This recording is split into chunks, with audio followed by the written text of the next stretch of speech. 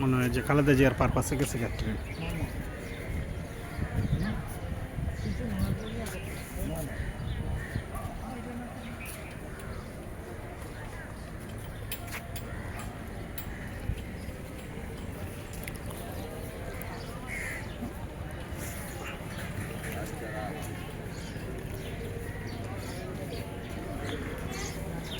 তাহলে তো 2 ঘন্টা বসে গেলাম। না না না জায়গা